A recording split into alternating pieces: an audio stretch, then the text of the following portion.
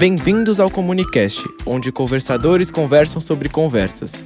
Eu, Vinícius Carneiro, acompanhado de João Pedro Marnoto, Hector Maile e convidados, declaro aberto o episódio de hoje. Roda a vinheta!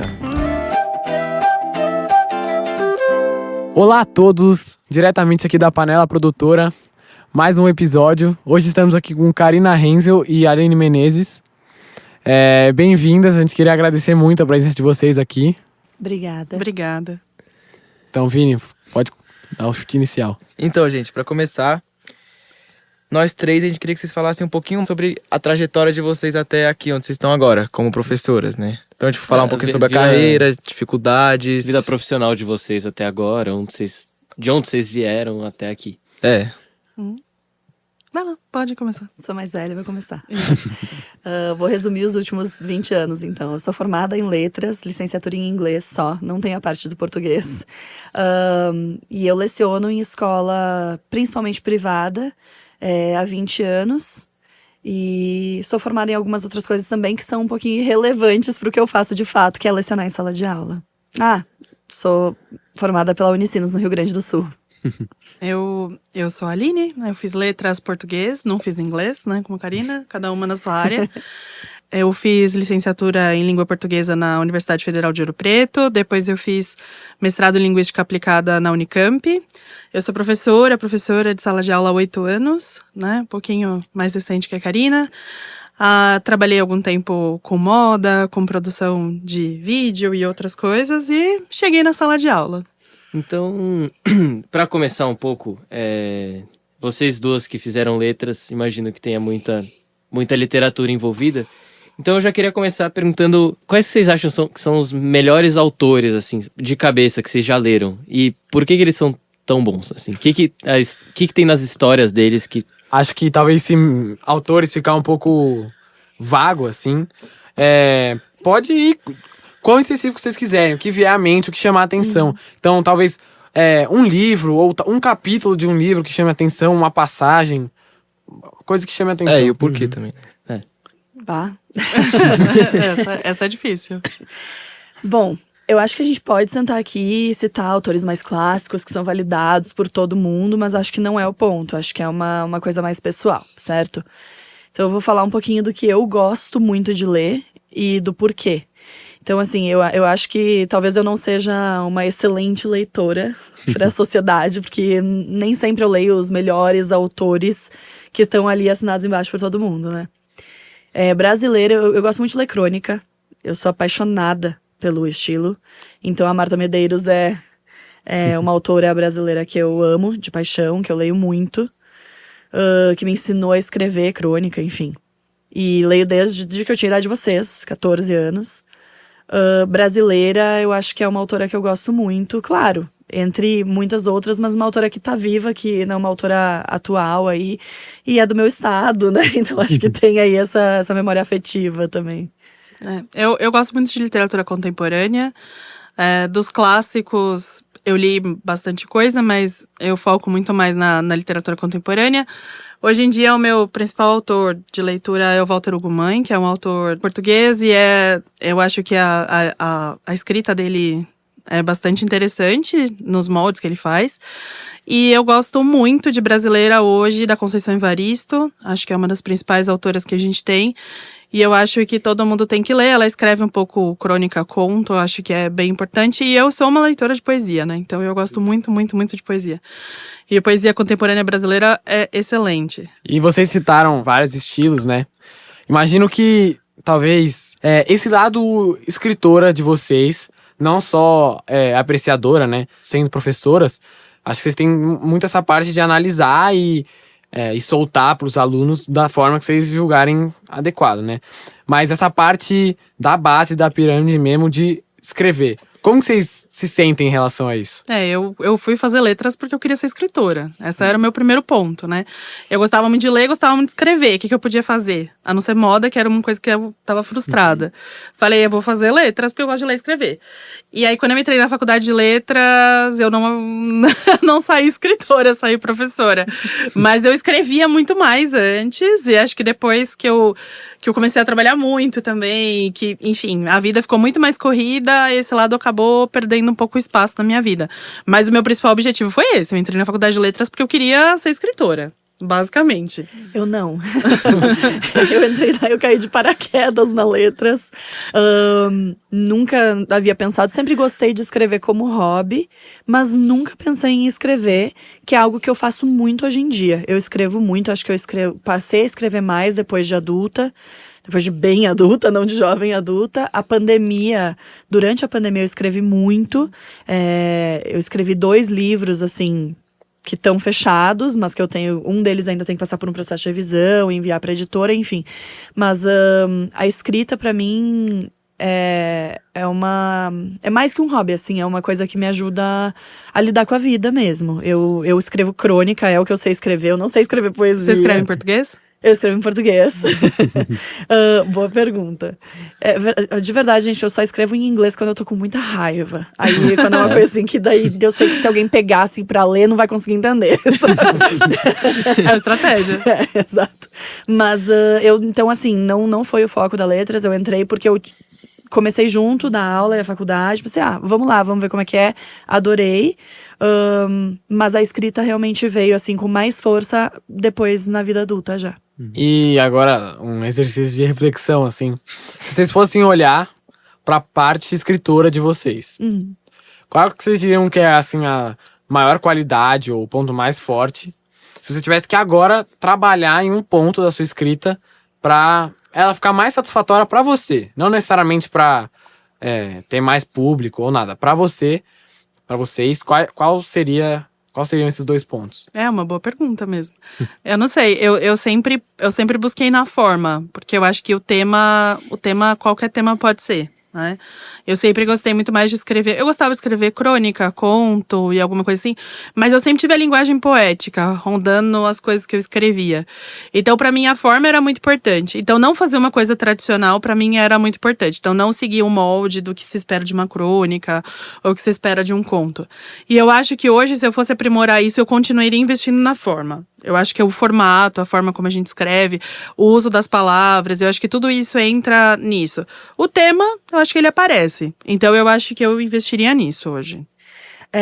Pra deixar a modéstia de lado, pra falar das coisas boas primeiro. Eu acho que quando eu escrevo, como escritora mesmo, assim, eu acho que o que eu tenho de mais especial é a delicadeza do meu olhar sobre o cotidiano, sobre as coisas banais do dia a dia. Eu acho que eu escrevo muito bem sobre isso. Eu acho que esse é o meu forte. O meu ponto fraco, acho que eu teria que melhorar, é a questão do vocabulário. Eu acho que eu sou muito repetitiva, eu uso sempre as mesmas palavras. Acho que como eu leio muito os mesmos autores, às vezes me falta um vocabulário talvez mais formal, mais rebuscado, enfim. Acho que nesse ponto eu tenho que melhorar bastante. E Karina, uma pergunta mais pra você que também é professora de inglês e escreve em português, né? Tipo assim, você que é bilíngue, né? Tipo, fala exatamente inglês muito bem. Quando você vai escrever em português, você não fica meio, tipo, você não troca meio que as regras? Porque é diferente, né? É uma boa pergunta. Tem vezes que eu tenho que parar e lembrar, peraí, qual é a regra pro inglês, qual é a regra pro português? É bem interessante isso. Eu acho que hoje em dia, mais velha, eu consigo me ajustar bem. Mas uma coisa interessante, Vini, que eu falava esses dias com uma amiga, é que tem coisas que você consegue dizer melhor em um idioma ou outro. E essa é uma das belezas de você falar e escrever, consequentemente, em mais de um idioma. Porque tem coisas que vão ser expressadas melhor em inglês, ou em português, ou em espanhol, ou qualquer que seja o outro idioma, né? Então tem isso também. E tirando essa coisa de realmente as palavras serem diferentes e a estrutura ser diferente, quais mudanças você percebe quando um autor escreve em inglês e em português no enredo? Não necessariamente nas palavras, que obviamente são diferentes. É uma boa pergunta. Assim, sem pensar muito, eu acho que assim, a língua, a gente sempre fala disso muito na letras, a Aline é minha testemunha aqui. A língua, ela existe, ela é o reflexo de uma cultura, né? Então, eu acho que no momento que você tá lendo em um idioma diferente, você tá lendo sobre praticamente um mundo diferente. Então, tem sentimentos, a gente fala até, tem sentimentos que existem, né? Que tem nome num idioma e no outro não. né? Porque é parte dessa cultura sentir isso ou não. Então, acho que isso é um reflexo. Você vai, às vezes, talvez ter um idioma que parece que os autores são mais frios, entre aspas, né? Ou mais poéticos, porque o idioma permite que seja, né? Que o idioma é mais poético. Então, eu acho que isso é refletido, assim, é o que eu consigo pensar de cara. Não, eu concordo com a Karina. Esses dias eu terminei de ler o livro do ganhador do Nobel de Literatura agora de 2023, que é o Jon Fosse, que é um autor norueguês. A Noruega tá muito distante da gente. A paisagem norueguesa é outra paisagem. A gente não sabe o que é um fiord, por exemplo, né? A gente pode pesquisar no Google e ter essa dimensão, mas a gente não tem a dimensão de uma sociedade que as pessoas desaparecem frequentemente em lagos, em neve, né? Tipo, porque eles têm toda essa... E aí o livro, ele traz essa atmosfera, né? O livro, um dos livros que eu li, que é esse, conta a história de um homem que desaparece, né? Em um desses fiordes. Então, e é uma coisa comum na Noruega, mas pra gente não é, né? Então, como que a gente acessa isso se a gente não vive na Noruega? Pela literatura, né? E eu acho que a gente pode pensar isso sobre qualquer lugar. E a língua, às vezes, é a mesma. Então, a gente fala da mesma coisa, a gente escreve na mesma língua, mas a gente fala de coisas muito diferentes, né? Um autor moçambicano, ele vai ter referências muito diferentes de um autor português ou de um autor brasileiro. E vocês acham que a tradução também, às vezes quando você vai ler o livro traduzido, o que vocês acham que muda, assim, especialmente em relação à língua original? Além do óbvio, né? Estrutura, palavras. Nesse livro mesmo, achei muito curioso que nesse livro tinha uma fogueira. Um momento lá eles tinham uma fogueira. E a tradutora do livro colocou que era uma fogueira de São João.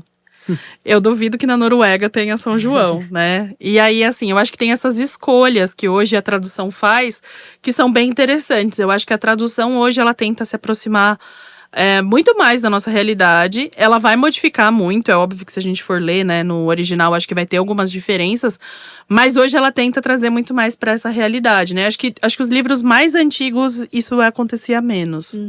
E vocês acham isso uma coisa positiva, ou vocês acham que a tradução devia ser uma coisa realmente ao pé da letra, pra passar a visão do autor? Não ao pé da letra, né? Necessariamente a palavra ali, mas essa leitura. Eu acho que é legal. Eu acho que essas traduções mais contemporâneas, elas são mais interessantes, eu acho. Porque daí eu acho que aproxima muito mais a gente daquilo. E a gente não fica tão perdido no contexto e entender, né, o que é.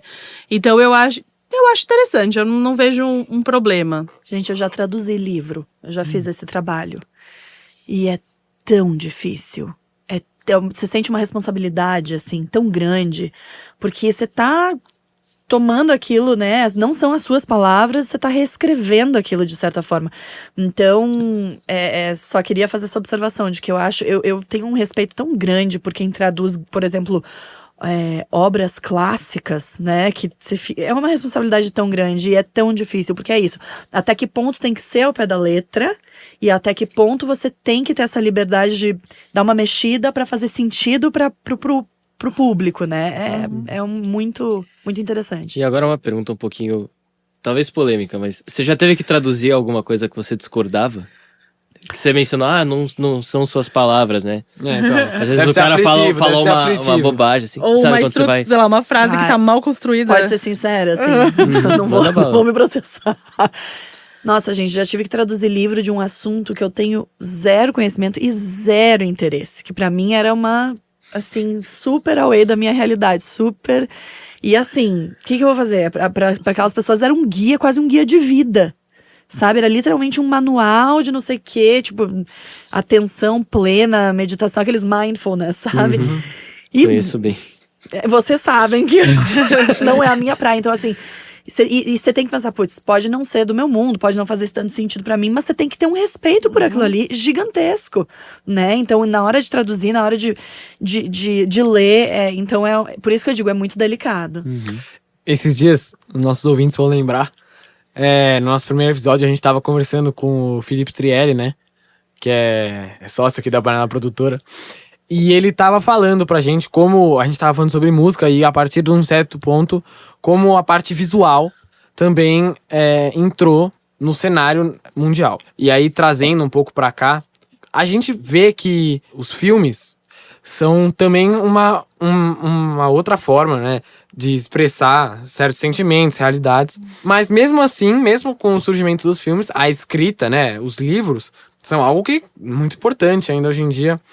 E como vocês acham, por que vocês acham que a escrita, como que ela ainda tem esse papel tão importante? Porque é algo que é tão duradouro, assim, na sociedade. E como que a parte visual e audiovisual não deu uma derrubada?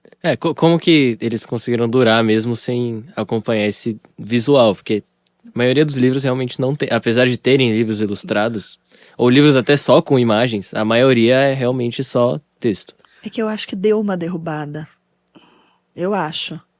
Assim, no sentido de que a gente tem uma geração que lê pouco. Né? Eu acho que a gente tinha menos opções quando a gente era mais nova. Não sei tu, né, Aline? Tu é mais nova que eu.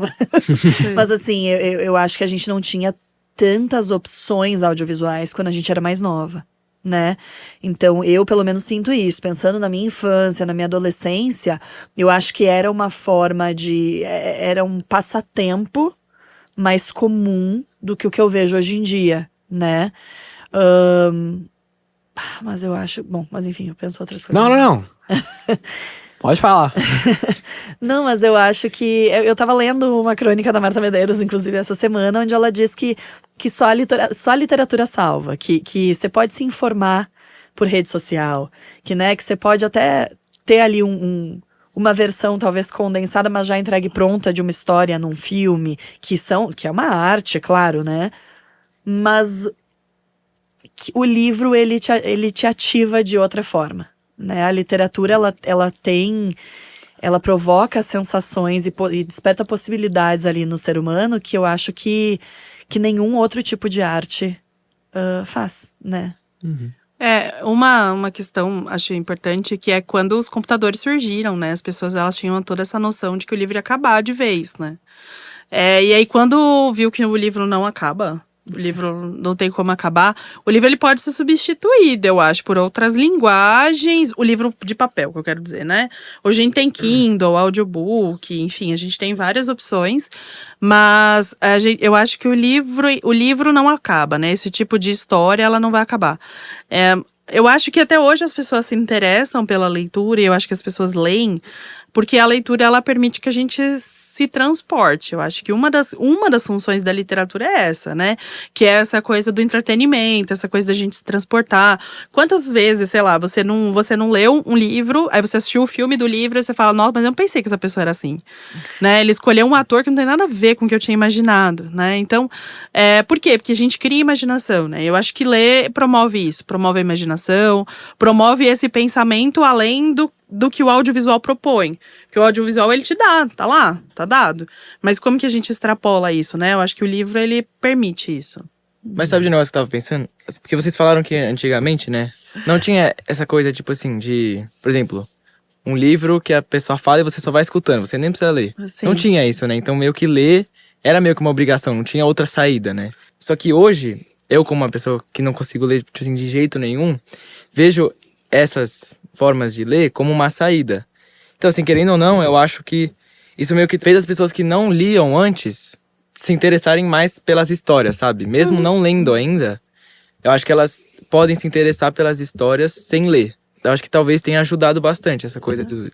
Talvez assim como tem várias formas de aprender, né? Tem gente que aprende escutando, gente que aprende lendo, gente que aprende com visual. Devem ter também várias formas de ler também, ou de entender uma história. Acho que sim. Uma das questões da leitura, eu acho que pra gente hoje, é que ler é ler, né? Acho que pra ler a gente tem que sentar a bunda na cadeira e ler. A gente não tem alternativa pra isso, né? Por exemplo, eu posso, sei lá, fazer esteira assistindo um filme. Eu posso fazer esteira lendo o livro? Posso, mas eu acho que é mais difícil isso, né? Eu vejo pessoas lendo, né? Porque eu quero dizer isso, a leitura, ela exige da gente uma atenção que talvez hoje a gente não tenha tanto mais, né? Porque a gente tem muita informação, é tudo muito difuso nos lugares onde a gente tá.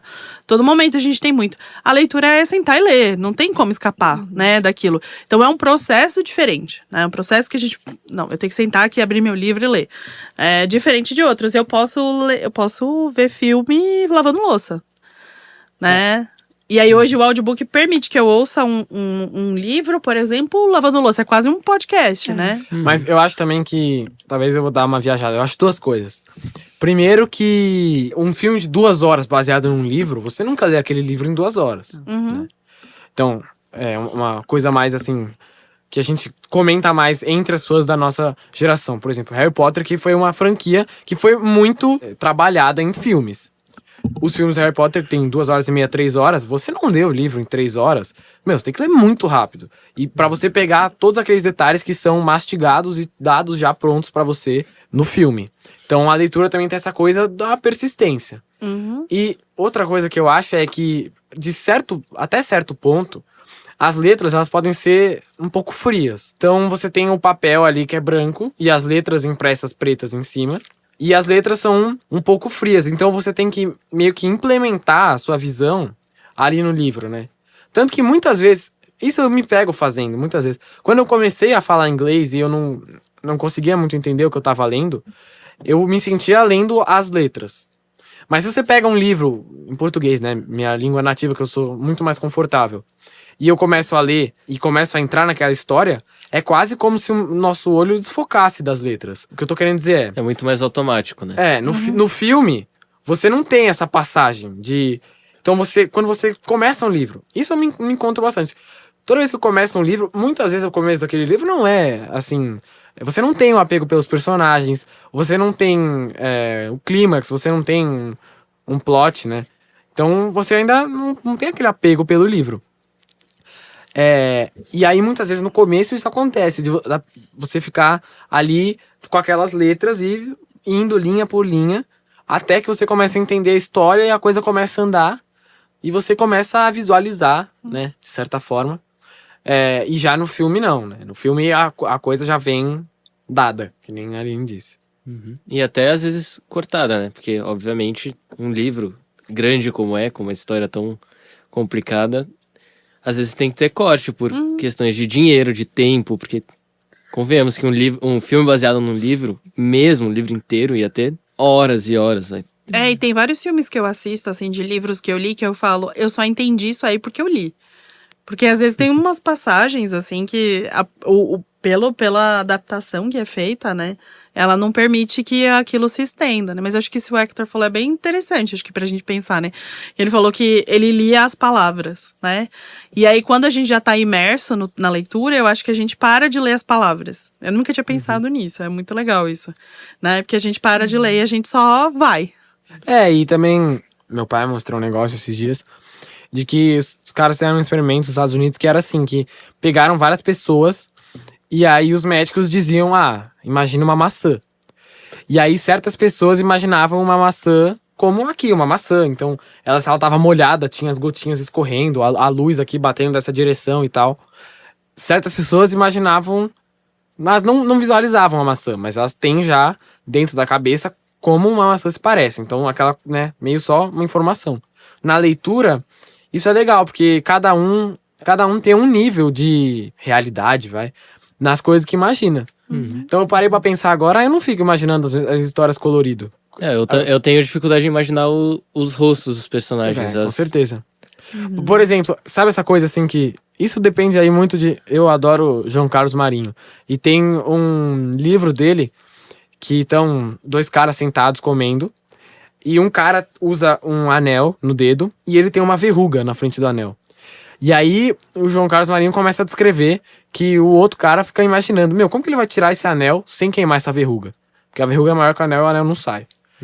E é um nível de detalhamento, né? Se não tivesse, eu não imaginaria. Então eu não imagino que... Né, tem pessoas que têm um tique de ficar, tipo, mordendo o lábio, por exemplo. Se o cara não descreve no livro, eu não fico imaginando. Exato. Não sei se eu vou dar a viajada agora, tá? Que nem tu falou, mas eu fiquei pensando num livro que eu gosto muito, que chama Quarto, da Emma Donoghue. Ela é canadense e irlandesa, se eu não me engano. E ela escreve o livro todo na voz... O narrador é um menino de 5 anos. E ela escreve o livro todo na voz dele, dessa criança de 5 anos. E eu fiquei pensando a autora tem que ter uma sensibilidade tremenda pra escrever na voz de uma criança de 5 anos vendo o mundo. Empatia também. Porque a gente não lembra como é ver o mundo com 5 anos, né? E ainda mais aquele mundo que o menino, enfim, né, nasceu dentro de um A mãe havia sido sequestrada, enfim, uma história. E essa história virou filme. E quando eu fui. E foi meu livro preferido. Talvez ainda seja um dos meus preferidos. Então, quando eu fui ver o filme, muita coisa que tu falou da sensibilidade, ao contrário, se perdeu no filme. Porque não era na voz da criança de 5 anos, porque, né, a gente tem um menino. Aquela criança, aquela relação com o mundo que no filme não ficou evidente. Né? Então isso é interessante, assim, eu lembrei de alguns filmes que eu li o livro primeiro e acabei vendo o filme, e muita coisa, assim, detalhes que eram tão interessantes, que dava uma riqueza enorme, se perde, né? E também, por exemplo, essa coisa, quando o livro tem a voz de alguém, é mais difícil colocar num filme, porque não só é uma perspectiva, mas é muito difícil retratar pensamento num filme, muito difícil tratar até perspectiva, assim, porque você tá mais de fora num filme, você é realmente uma terceira pessoa ali. Quando você tá num livro, acho que você fica no máximo numa segunda pessoa ali, mas que parece que o narrador tá falando com você, então você fica um pouco mais imerso até. E também no filme não tem, tipo, se o filme for em terceira pessoa, você sempre tá com um narrador, meio que, tipo, te acompanhando, assim, né? Que ele narra tudo pra você. No filme não tem isso. Então eu acho que dá uma diferenciada, não sei. O que eu acho também é que ler quase que cria uma nova pessoa. Porque acho que, no geral, a gente não consegue se colocar 100% nos pés de outra pessoa, né? Especialmente nessas coisas que você repara, tipo, no detalhe. Que nem eu tô olhando ali que tem um cabinho que tá balançando. Acho que se eu estivesse escrevendo isso, talvez vocês, né, sentados aqui, como se vocês fossem eu no meu livro, se eu não falasse isso, né, isso não passaria pela mente de vocês. Então, mas também, você não é uma pessoa totalmente de fora. Porque isso a gente tava falando, você vai lendo e você vai entrando na história. Também porque, assim, quando você lê, tecnicamente você consegue escolher pra onde você olha. Então, se o autor menciona o cabinho balançando, você consegue imaginar. Se o cameraman não vira, você não vê o cabinho balançando, a não ser que você tem olhos de lince ali, ele colocou no reflexo do espelho, que nem eu tô vendo aqui. Tem um autor, agora eu não sei se é o Dostoiévski, é um autor russo, desses bem famosos, que ele fala que se você mostrou numa cena o cabinho balançando, ele vai ter que ter alguma coisa na cena. Então, se a câmera uma hora focou ali, aquele cabinho vai ter que acontecer alguma coisa com ele. Então, a gente pode reparar, por exemplo, nesses filmes, ou vamos pensar no audiovisual novela, por exemplo, ou série. Vocês podem ver que se mostrou uma arma em cima da mesa e a cena desviou, é porque vai ter um tiroteio, vai ter alguma coisa envolvendo aquela arma. E a mesma coisa com outros objetos da cena, né? Então, se ele focou ali, já na literatura isso aparece de forma muito mais sutil, normalmente. Né? Foi como o Hector falou, se ele não falar do cabinho balançando, mas ele não vai focar no cabinho balançando, a menos que, nossa, seja super... Ele vai, só tá uma sutileza. E aí o leitor que muitas vezes tem que pegar aquela informação, né? Agora, no audiovisual, não. No audiovisual, ele vai te mostrar aquele cabinho balançando ali no começo da cena. E aí, até o final, alguma coisa vai ter que acontecer com ele. Né? Isso foi um ponto interessante que você trouxe. Que não é só que o audiovisual dá mais detalhes ou dá os detalhes mais mastigados. Se ele não mostrar, você não... Hoje em dia, pelo menos a gente estava estudando isso na aula de teatro, né? Que hoje em dia, a maioria dos filmes, eles têm essa passagem de cena muito rápida. E as cenas, elas estão sempre acontecendo uma coisa muito importante. Então, mesmo que seja uma cena de 2 caras conversando, eles estão falando um segredo do Estado. Ou eles estão falando uma coisa que é muito importante pro filme. Então, fulano traiu. Não sei. Uma coisa que é muito importante ali pra trama. Enquanto na leitura, você tem muitas vezes cenas que adicionam pra história, elas encorpam a história, né? Como a maisena encorpa o molho. Então não é que vai deixar melhor ou mais saboroso, mas dá toda uma atmosfera que, se o filme não mostrar, ela não vai adicionar ali. No livro você tem coisas como as 30 páginas de Proust descrevendo uma Madeline. Esse tipo de coisa.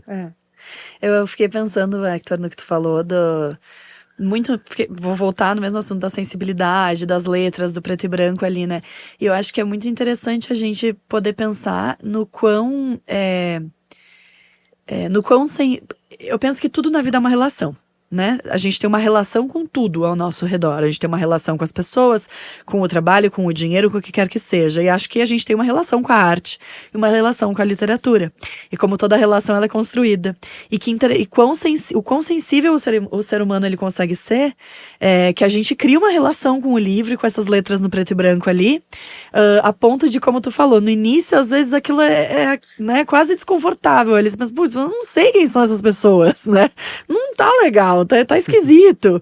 E aí a gente acaba terminando livros e tendo o que a gente fala daquele luto, né? Do final do livro. Então, que interessante pensar que o quão sensível a gente consegue ser como ser humano, desenvolver isso com aquelas letras ali, né? Sim. Com certeza. E como vocês acham que essa sensibilidade, assim, e esse ir além constrói uma boa história? Como que isso adiciona para o interesse seu na história? Seja no apego aos personagens, ou por você se identificar com a história, com o cenário, né? Como que esses pequenos detalhes e espaços para a imaginação adicionam, assim? Pra mim é importante, assim, eu não sou uma pessoa que necessariamente gosta de ler um texto que seja extremamente descritivo.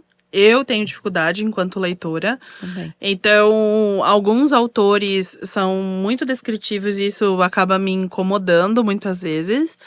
Mas eu preciso ter as informações básicas para conseguir ler. Então, o excesso de descrição não me chama atenção, não é uma coisa que me agrada, mas em algum nível ela é muito importante, né? Porque eu acho que eu tenho que conseguir entender o cenário, eu tenho que conseguir entender quem são aqueles personagens, para que eu consiga construir aquela atmosfera, assim. Na minha cabeça parece que as paredes vão formando enquanto eu tô lendo, sabe?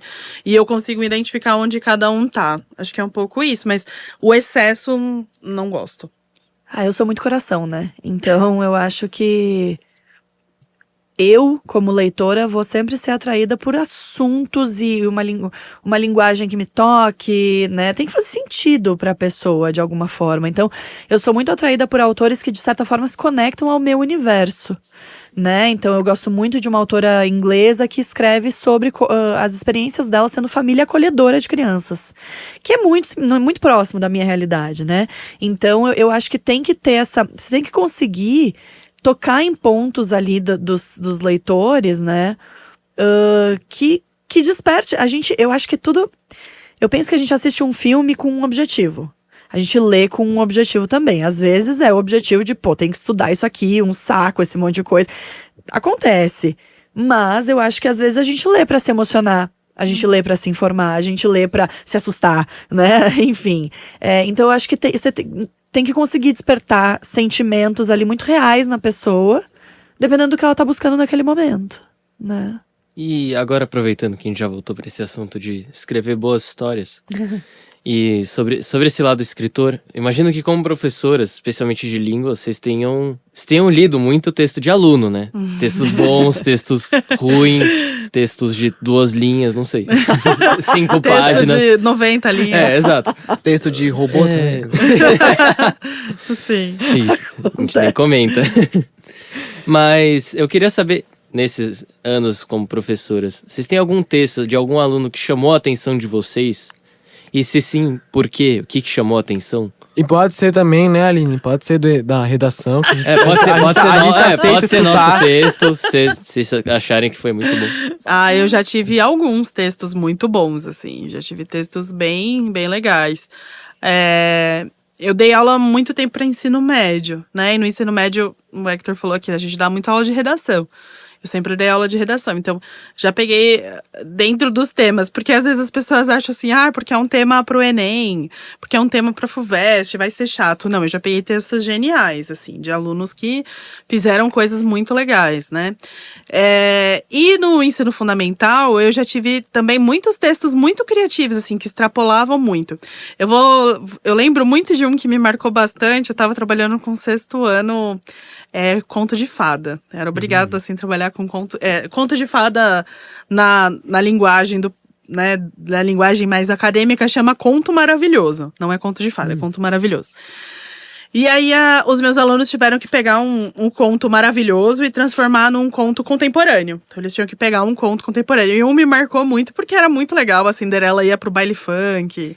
A Cinderela usava Nike Shox. E ela usava. E aí ela perde o Nike Shox dela lá no baile. E aí o rapaz acha. E quando ele chega pra entregar pra ela e pergunta se ela quer namorar com ele, ela fala: eu não quero namorar com você, porque eu estou muito bem solteira. E aí ela segue. Eu achei de uma criatividade pra uma aluna de 11 anos, né? Na época, assim. Já faz tempo essa história. Então, vários textos me marcam. Acho que os textos dos alunos me marcam muito, assim. Ao longo do tempo, eu acho que eu peguei muitos textos muito legais, com reflexões muito boas. Texto de redação, assim, de vestibular, Enem. É muito legal para ver as reflexões que vocês fazem, o quanto vocês conseguem articular as informações que vocês têm, de tudo, porque vocês pegam referência de todo mundo. Então eu me sinto muito privilegiada de conseguir ler o que vocês viram em todas as disciplinas e vocês vão lá e escrevem 30 linhas, né? Acho que isso é muito legal. A gente sempre cresce, muitas vezes, com essa mentalidade de que é muito difícil atingir o limite, o mínimo de linhas. Uhum. E que o limite é uma coisa muito longe. Sim. Mas você chega no Enem e é uma coisa assim que é muito aberta, né? Esses dias a gente tava escrevendo uma redação lá sobre insegurança alimentar e pra valer mesmo eu falei do patati patatá. Então você pode ir muito longe. Ou seja, é uma coisa que você tem muita coisa pra adicionar ali. E essas 30 linhas é uma coisa que é uma restrição difícil. Uhum. Né? Considerando que cada parágrafo tem 4 parágrafos de 7 linhas.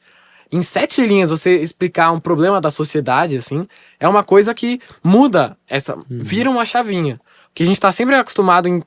Tá difícil de chegar lá, de escrever e tal, não sai. E quando chega, assim, nessa época de redação, fica difícil de não passar. É meio 880, né? Ou é muito difícil chegar no limite, ou é muito, muito fácil passar dele. Então, esse que eu tava pensando que é um problema, né? Toda quinta a gente tem redação com a Aline, né? E os nossos textos tem que ter, tipo, 30, 40 linhas. 30. 30. Então, mas quando a gente vai fazer, por exemplo, texto pro Luiz ou pro Darlan, tem que ter, tipo assim... Por exemplo, a gente tá fazendo agora do Community Project. Tem que ter 4 páginas só de escrita. Então, assim, você tem que se acostumar... Tipo assim, não é que se acostumar, mas a gente tá tão acostumado a fazer só 30 linhas que quando chega a 4 páginas é muita coisa. E a mesma coisa ao contrário também. Quando a gente escreve muita coisa, quando é pouco... Parece tão, tipo assim, que eu não consigo escrever tudo que eu penso, sabe? Essa coisa da redação do Enem, às vezes é difícil de começar. E quando você vê, você só tem 7 linhas e uma ideia muito boa. E aí você não consegue muito voltar atrás, porque tá tendo um negócio escrito. E aí você tem uma ideia muito boa, mas você não pode usar. Isso aconteceu comigo, de eu tentar usar e aí aquela ideia cortar no meio. Karen, te interrompeu. Só pra Não, agora eu perdi o comentar. time na minha piada, porque eu ia falar que eles fizeram essa pergunta só porque eles já me viram chorando inúmeras vezes lendo os textos deles. Não, mas certamente tem muitos textos que marcam. Agora talvez eu não vá saber dizer, foi do fulano. Mas eu acho que é isso. Faz 20 anos que eu dou aula e esse ano vocês já me viram me emocionar lendo textos que vocês escreveram. E isso é muito, muito especial. Eu também, coincidentemente, você estava falando, eu lembrei de um texto quando eu estava fazendo. Era uma peça teatral. E aí a escrita era no sentido de todas as princesas. Tinha uma questão, na verdade, que explicava o porquê daquilo. Então, por exemplo, eu lembro claramente que a Branca de Neve, não é que tinham 7 anões, é que ela era míope. Então ela via, sabe? Tipo, então, assim, uma criatividade absurda, né? Poesias. E certamente me marca. Claro, acho que muitos textos de vocês são especiais pra mim, porque eu vi um processo de 4 anos de vocês, com alunos, né, que chegaram no grupo, escrevendo um texto, era um parágrafo lá, um bloco de palavras, e que hoje em dia escrevem textos bacanas, né? Então isso pra mim me emociona mesmo. E lembrei também, enquanto a Aline falava, de experiências dando aula de redação no cursinho popular, né, na periferia da Zona Leste de São Paulo. Então, assim, eu aprendi muito, né? Pessoas que tu via mesmo que estavam, que tinham uma visão, às vezes, muito mais profunda do que a minha sobre uma questão social, né? Então isso eu aprendi muito e me marcou, certamente, sobre diversos assuntos, assim. Eu também dei aula em cursinho popular também, e eu acho que uma das coisas mais legais que a gente tem como professor é ver a evolução de todo mundo. Eu acho que isso é um muito legal, assim. No cursinho popular, na escola particular, em qualquer lugar. quando a gente consegue acompanhar o processo de vocês de 1, 2, 3 anos, 4 anos, depende do tempo que a gente fica como professoras de vocês, a gente consegue ver a trajetória. E a gente não esquece disso. Acho que isso é muito interessante, né? A gente consegue ter... A gente tem, sei lá, 300 alunos. Mas eu lembro como o Vinícius escrevia, eu lembro como o Hector escrevia, eu lembro como o JP escrevia e como escreve agora. Então isso é muito legal, porque quando chega no final a gente vê um processo. Então, como que você escrevia lá um bloquinho, 5 linhas, sofrido, tentando, e agora como que você faz isso em 30 linhas, né? Eu acho que isso realmente é o maior prazer que a gente tem como professora, né? sem É conseguir dúvidas. ver essa evolução, né? Nesses textos, vocês trouxeram, a gente também comentou essa coisa da redação, mas em textos mais, não sei se criativos, mais maravilhosos, não sei, que não necessariamente precisam se conectar com um problema ou precisam dar uma solução. Vocês acham que pra fazer um texto ficar interessante e ficar prazeroso de ler, o que conta mais, assim? Seria desenvolver bons personagens ou desenvolver uma trama com personagens que você se identifica, ou que são interessantes, ou que são muito fora do que você esperaria? Qual dessas duas coisas, assim, mais chama atenção? Não necessariamente é mais... é melhor de ler. Porque nem sei o que seria melhor de ler. Mas o que chama mais atenção? Pra mim é a história em si. Eu acho que uma boa história ela pode ser contada de diversas formas, né? O que você vai usar pra contar, sei. Acho que tem diversas formas de você fazer essa história dar certo. Não necessariamente as personagens em si. Eu acho que são os personagens pra mim. Acho que a construção dos personagens pra mim é importante. Porque eu acho que é elas que fazem o negócio acontecer. Eu lembrei, quando você estava perguntando, de uma discussão que a gente teve até em sala de aula, que era... Enfim, vou trazer para essa questão da literatura, da escrita. Será que é mais importante a gente ter mais... o conhecimento ou a paixão por aquilo? A gente teve uma vez essa discussão e eu estava vindo pensando sobre isso. Porque né, na hora que a gente vai escrever, é aquele bom vocabulário, a estrutura, papapá, ou transparecer a paixão que você tem por aquele assunto, né? Eu acho que é uma reflexão interessante de se que fazer. pode depender também do gênero, né? Porque, por exemplo, é isso que eu ia falar. eu tenho uma amiga que estava me dizendo há um tempo que uma das coisas muito boas da poesia é que você não necessariamente tem que seguir as normas ortográficas dela. Então, se você escrever uma palavra de uma forma diferente, tem muito neologismo, esse tipo de coisa, estrangeirismo. E eu acho que faz parte da graça também, às vezes, fazer essa brincadeira, esse joguinho com as palavras. Talvez isso complemente pra essa parte da paixão. Conhecimento também é importante, pra você saber, você não sair escrevendo uma... Eu discordo um pouco. Eu acho que eu caio muito nessa tecla de quando eu vou escrever, é muito raro eu escrever uma história e começar a história sabendo o que eu vou falar. Muitas vezes eu penso, não no primeiro parágrafo, mas sim no final. Até pode ser até no final. Ou no meio, ou no segundo parágrafo. E aí, eu acho que o que é muito legal é aplicar essa paixão nas normas. Porque isso te guia e faz você ter esses insights, assim. Então, muitas vezes eu sei uma coisa ali que eu quero que aconteça na minha história, que eu acho legal por tal motivo, mas eu chego lá e eu vejo que, tá desconexo. E que vai fazer mais sentido fazer tal coisa. Então, quando eu vou escrever, eu evito ao máximo mudar o que eu já escrevi. Porque eu sempre acho que é um processo. E que o que eu já escrevi influencia o que eu tô escrevendo agora. Não faz muito sentido. E eu acho que faz sentido também com o que o JP colocou. Acho que depende do que você tá produzindo, né? Por exemplo, quando eu comecei a fazer o mestrado, eu gostava muito do que eu tava estudando. Eu não sei se eu terminei gostando.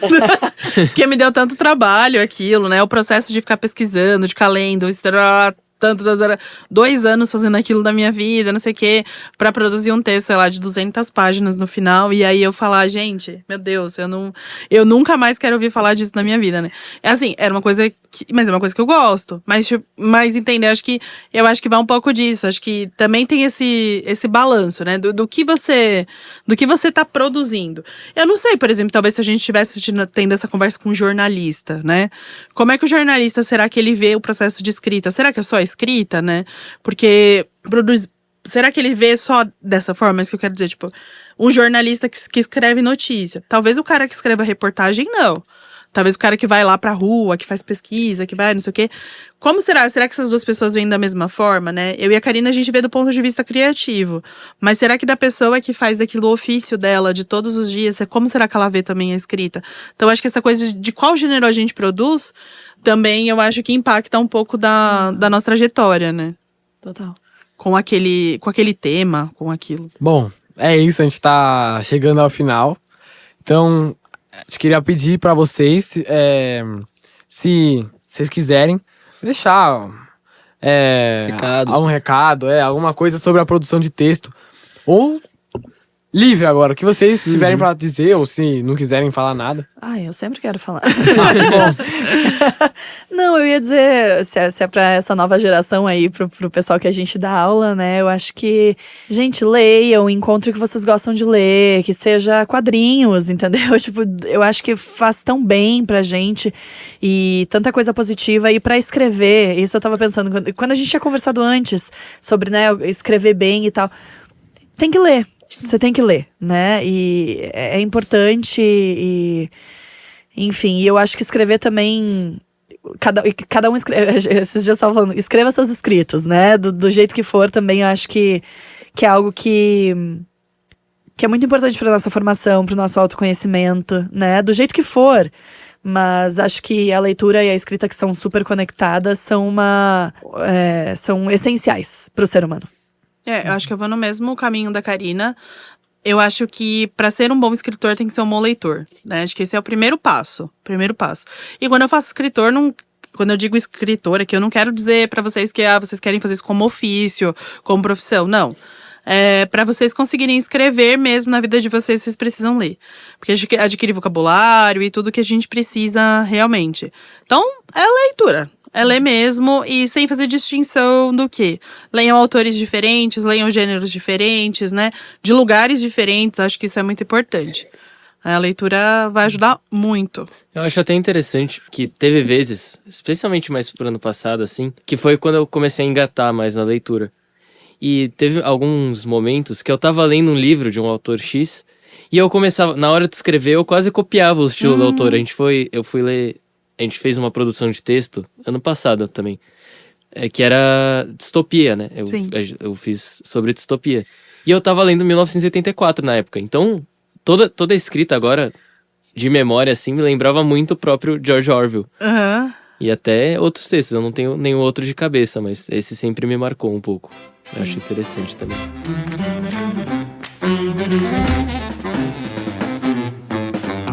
Então, acho que a gente fecha por aqui. Queria agradecer de novo a Panela Produtora por receber a gente. A vocês duas também, muito obrigado por estarem aqui. Obrigada pelo falar com a convite. gente. Eu que agradeço o convite. Aos também. outros meninos também, o Hector e o Vinícius. E é isso. Muito boa noite aí pros nossos ouvintes. Obrigada, gente.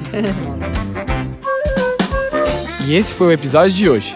Para mais como esse, acesse youtube.com/comunicasttv ou acesse nossa conta no SoundCloud. Esse episódio foi feito em parceria com a Panela Produtora. Muito obrigado a todos e espero vocês no próximo episódio.